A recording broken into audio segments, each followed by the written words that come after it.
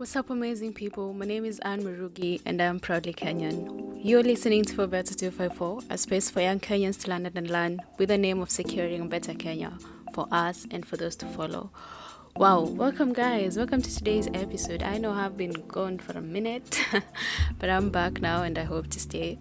Welcome to today's episode. As you can tell from the title, today we'll be looking at leadership. If you have listened to my second episode, Question the Governance, I did mention knowing your leaders is among the indicators that can help you demand a better country. So my plan with this episode is to help us understand leadership and the loopholes that need to be fixed in leadership. And to do this, I will start by defining the word leadership so you have a clearer idea of what it means. And leadership is defined as the process of influencing others to maximize their effort in order to achieve a common goal. Now, a common goal is that which benefits everyone. It's a solution to a common problem. And I'll give you an example. Unemployment being a common problem, leadership can be exercised by the leader listening to the people's suggestions and recommendations on creating a job and then maximize on those ideas to provide the jobs, rather than telling people we have a 7-year tax evasion, yet there's still no jobs. So what are we evading if there's still no jobs? You know what I mean? In Kenya, different people are considered as leaders. They are religious leaders, we have public servants, politicians, and basically anyone who's a head of an organization is considered to be a leader. But for this episode, I'll mainly be focusing on politicians as political leaders. I'll give you a little background of where it all came from, the concept of political leaders. The idea came about during the fight for independence, and it's in 1964 that we had our first president, Mzee Jomo Kenyatta, and the vice president, Jaramogi Oginga Odinga. During this period, we went on with the colonialist way of ruling, and this included, for example, the use of force to pass laws by using the army, and that's why up till today we still are talking about. We still are fighting against things like police brutality. It also was a kind of ruling where establishment of political structures were based on ethnicity, and if you look at the effect of that today, that's why we hear of tribal elections. You know, we hear of people saying the Kikuyu are like the leaders of all tribes, and then there's always a fight between the Kikuyu and the Luo. There's all that tribal election was because of these structures that were based on ethnicity. And also another thing that came about during that era that we pushed on to this time was that politics became a means of acquiring power to control the state and its resources, just like what the colonialists came to do. You know, they came to Africa to get control the people and take the resources. And we also do hear that most of the leaders who are in parliament right now own almost half of the country. It all came from these times. It's all a result of the colonial way. And it's also because of this way that we still see the people who have been in parliament since we were born still up and running, because we moved on with the past way of ruling, which was accumulation of public resources and power, and it was barely meant to serve the citizens. But with time, we came up with tools such like the Constitution of Kenya in 2010, which was to eradicate most of these ideologies of the imperial era. And an amazing thing about this constitution is it provided a full chapter, the chapter 6, which was dedicated to leadership. And this is a chapter that I'll be using in this episode, but it's also a chapter that I recommend you read in addition to listening to this episode, because we have to get to know what the constitution says. In my Instagram at forbetter254, I do have a column that talks about get to know your rights, and what that column is meant to do is to give you an access to your power, because the constitution has some of the things that you can utilize to make your voice heard, to make you realize that you can do something about the situation of the country. But if we don't accept or use these tools, then it all ends up being a waste of time. And despite that, if you ask me if getting this constitution really did work and did it eradicate these ideologies, in my honest opinion, I feel like we always have good models for prosperity as a country, but we never implement them. because and we never implement them, and that's why I'm saying there is a need to go back to that constitution. Whether you're young or you're old, it's important for you to understand what's written in there and to ensure that it matches your lifestyle or what is happening in the country. And again, this colonial mentality is very prevalent even now, because 56 years down the line, we still have our leaders holding to this narrative of accumulating resources, getting richer, and not caring a single thing about the common mwananchi. And now we're hearing they even trying to make it bigger with the tools like the BBI.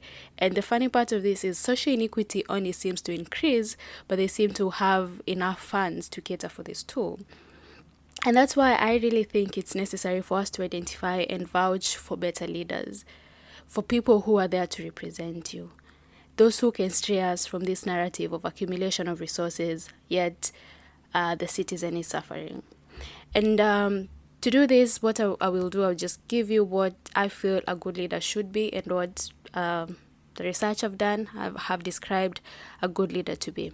I'll start with an attribute in the Constitution, which says that a good leader should be honest and should have integrity. And if you look up these two words, they do mean that you should be truthful. They should be able to keep their word and commitment. They should have the will to stand up for what is right, and even to the extent of smoothly resigning from office if they go against the law or after a loss in election. But the real question is, who in your parliament, who in our parliament have you ever had as identified to any of these attributes, which are well written in the Constitution? Now, let me know on my Instagram. Let's discuss, or leave a comment in any of the platforms you'll be listening from. There's also a type of leadership called servant leadership, which emphasizes on leaders working with the interest of the public at heart. For instance, by ensuring systems such as healthcare, security, education, access to basic needs are running effectively for the good of the people. The Constitution, again, emphasizes this concept by saying leaders are there to serve the people rather than rule them. They're there to serve you, not to rule you. And I'll try paint a picture for you. Think of this whole situation this way. A politician is your employee, and you pay them with the heavy taxes you pay from your salary, from the high petroleum prices you pay, from the constantly increasing cost of goods, and from all the hard labor you put in to get some money. You pay taxes through that. And these taxes go to the Kenya Revenue Authority, which essentially is meant for development of the environment. But to be honest, we don't have much of that development. So it's safe to say that much of this actually goes to the politician's pocket. So if you think of it that way, then it's very much in your right as the employer to evaluate your employee, who is the politician, and decide whether you'll promote them or not.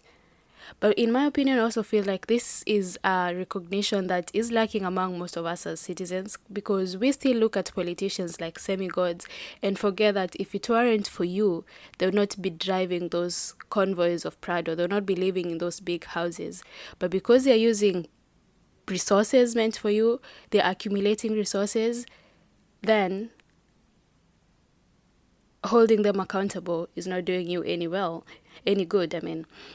And what I'm just simply saying is take back your power, hold your leaders accountable, because this same constitution that they took an oath to when they were voted in does say that they are accountable to the public for their action.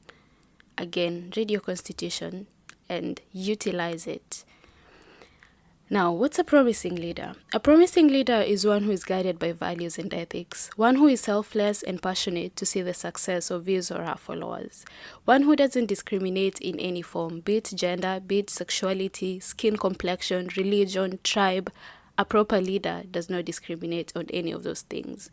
One who can resist the temptation and greediness that comes with power and politics. Now, this is very keen because clearly, being in politics gives you so much power, and at the end of it, you might get some money. So a proper leader should be one who can resist this temptation, who can stray from this narrative of accumulating resources at the expense of the common mwananchi. It's also one who is willing to listen to the needs of the people and represent them faithfully.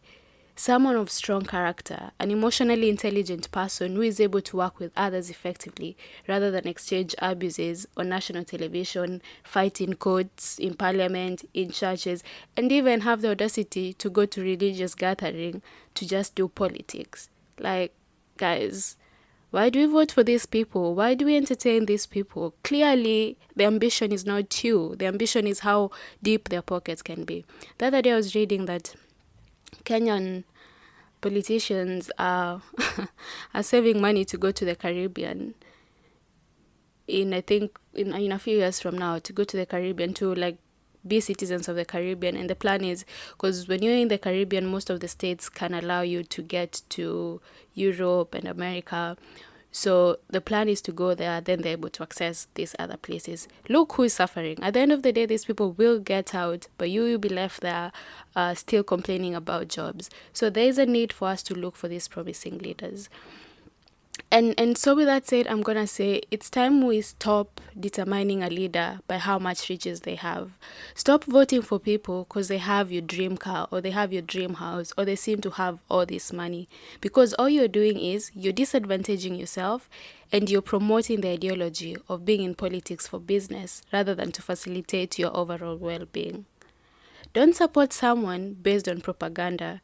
Read through their past and hold them accountable. I'll keep on saying it. Hold your leaders accountable. Question the governance. Now, my primary teacher, she was a very amazing teacher, and she would tell us that madness is doing the same thing over and over, expecting different results. So then, as long as you are supporting these politicians based on their riches, based on their propaganda, rather than their values and ethics, we're only acting like insane fellas. We're doing the same thing over and over again, but our problems still remain the same. It's funny to think that the richest people in our country are politicians or anyone affiliated with a politician. I live in the Netherlands, and here politicians earn way less than majority of the profession. And trust me, people have a very just system. The rich and the poor go to the same schools, the same supermarkets, they use the same means of public transport, they have access to the same healthcare facilities. Yani, it's just a good example of a just, a real democratic and a free system.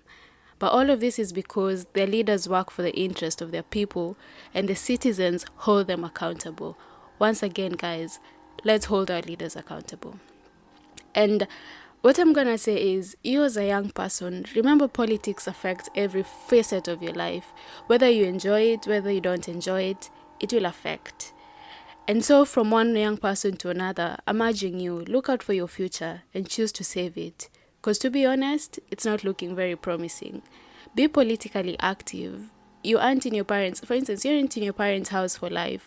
You will need to leave at some point. So if you want it to be easier when you thinking about leaving, then start demanding that better Kenya now. Now is the time for that better Kenya. Yes, guys, that's it from me. I hope you have an idea of what leaders are expected to be and are willing to kick those that don't fit the framework out and bring forward that better Kenya. So until next time, remember to be a better Kenyan, seeking a better Kenya, and living a better way. Peace and blessings. Bye. Kwaheri.